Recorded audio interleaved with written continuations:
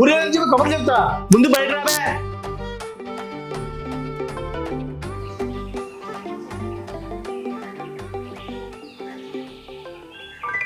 ఒరే కళ్యాణ్, మర్యాదగా డోర్ తీస్తావా లేదా డోర్ పక్కన కూడా పెట్టవా?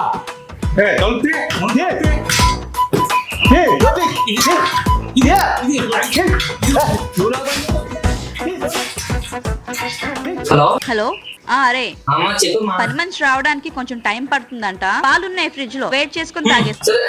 ఒక్క నిమిషం హోల్ లో ఉండు, లక్ష్మి ఆంటీ కాల్ చేస్తుంది.